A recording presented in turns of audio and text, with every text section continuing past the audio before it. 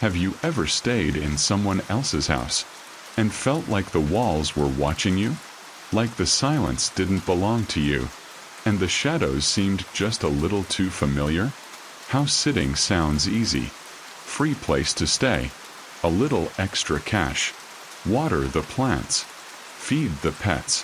But the truth is, when you're alone in a stranger's home, you don't know what happened in those rooms before you arrived. And after hearing these 3 stories, you're never going to look at house sitting the same way again, because sometimes the thing you're supposed to be watching over isn't the thing you should be afraid of. My name is Jamie, and last fall I agreed to house sit for a couple I barely knew.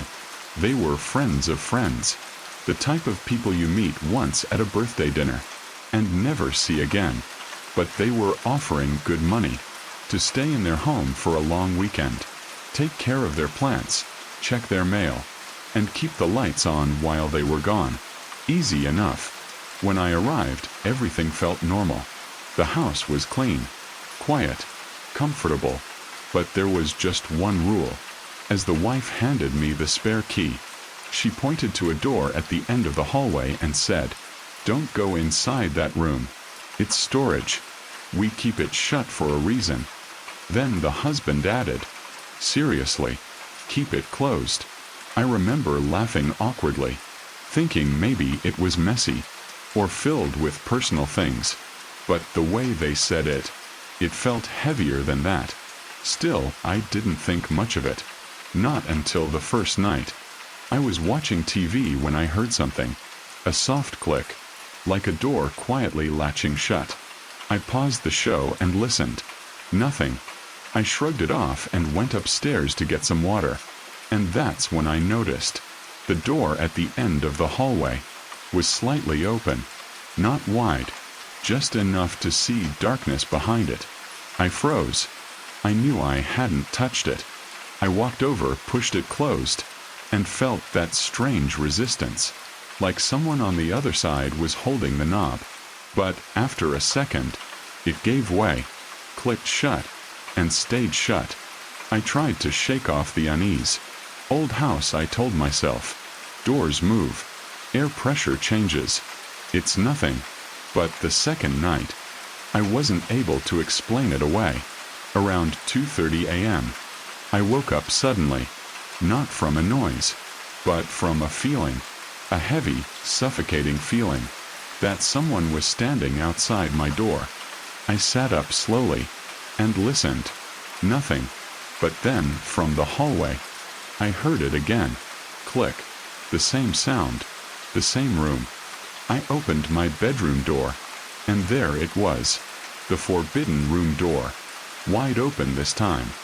I didn't want to get closer, but something inside me whispered, "Look, just look." I stepped forward, heart hammering, and peeked inside. It wasn't storage.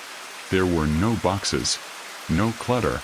It was a bedroom, bare except for a single bed frame and a wooden chair in the corner. The air felt colder, like the room had been sealed shut for a very, very long time. And on the floor, near the bed, was a small pile of dust, except dust doesn't form in the shape of footprints. 2 footprints, bare feet, facing the door, as if someone had been standing there, waiting for it to open. I slammed the door shut and pushed a bookshelf in front of it. I didn't sleep the rest of the night. When the homeowners returned, I confronted them immediately. The wife's face went pale. The husband ran a hand over his face, like he had been expecting this. Finally, the wife said quietly, "Our son used to sleepwalk. That room was his." I didn't understand. She continued. He would stand in that room for hours, just staring at the door, waiting for someone to open it. Her voice trembled. He died in that bed. I felt my stomach twist. They never admitted it outright, but I could tell they believed something they didn't want to say out loud. As I was leaving, I glanced down the hallway one last time. The bookshelf was moved. The door was open again. I never returned their keys.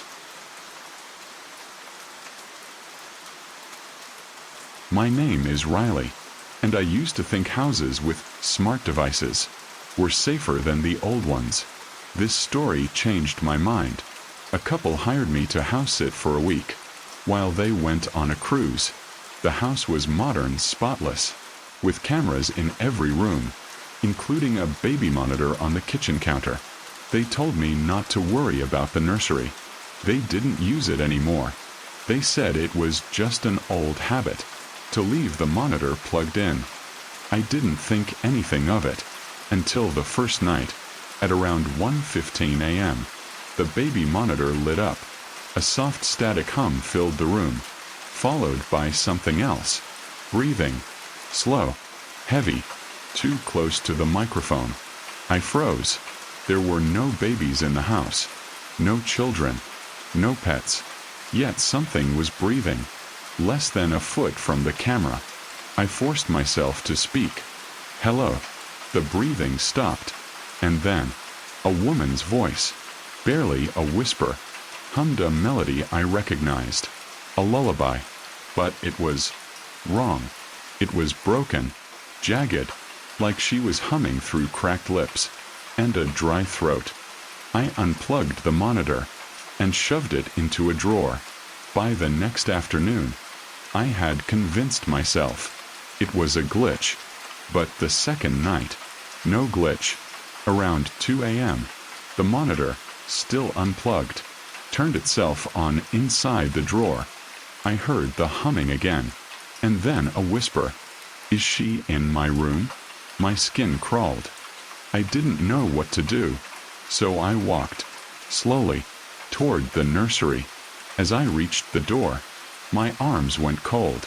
The door was cracked open, just like the room in the first story. I pushed it gently, and inside, the room was untouched. No crib, no toys, no signs a child had ever lived there. Just an empty room, with a cold draft coming from the corner. The baby monitor in the drawer crackled loudly. Don't let her in. I slammed the nursery door shut, and didn't sleep that night. When the owners came home, I demanded an explanation. The woman looked at her husband nervously. He nodded, as if giving her permission to speak. She finally said, "We never had a baby, but the previous owners did." My heart dropped. Their daughter died in that room.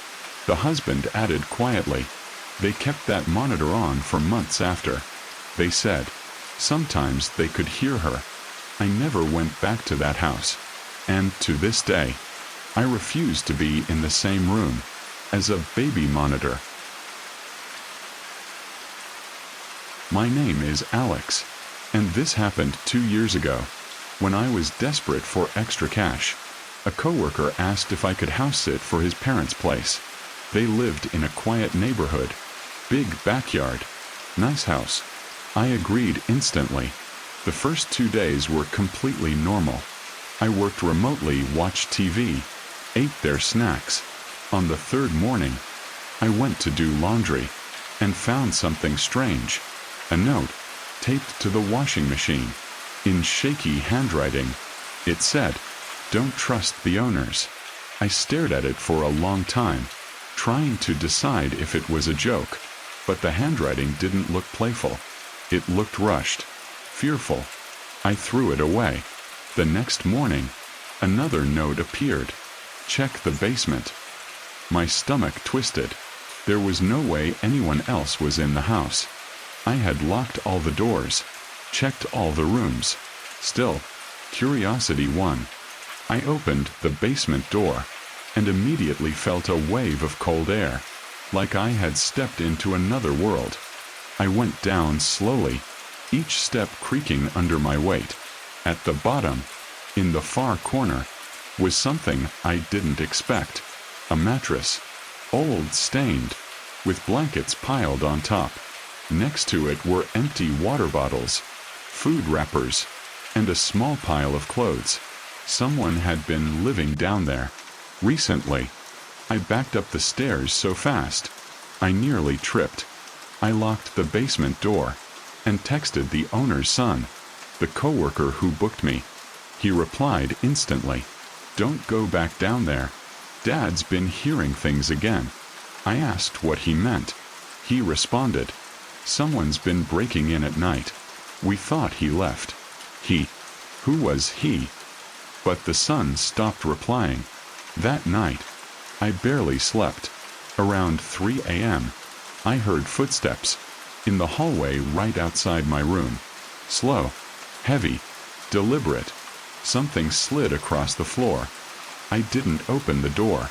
When the sun finally came up, I walked into the hallway and found one last note, slipped under my door. He comes back at 3 a.m. I packed my bags and left without telling anyone. A week later, the homeowner texted me, "Did you leave the basement door open?" I blocked the number and never visited that house again. House sitting seems harmless. A quiet house, a few chores, a couple days alone. But the truth is, you never know what you're stepping into. You don't know the history of the rooms. You don't know who lived there before. You don't know who never left. And sometimes, the things homeowners forget to mention are the things you should fear the most. If you enjoyed these stories, make sure to subscribe, leave a comment, and share this video with someone who lives alone. And the next time you're house sitting and hear something in the middle of the night, trust your instincts, because sometimes the house isn't empty, and sometimes you aren't alone.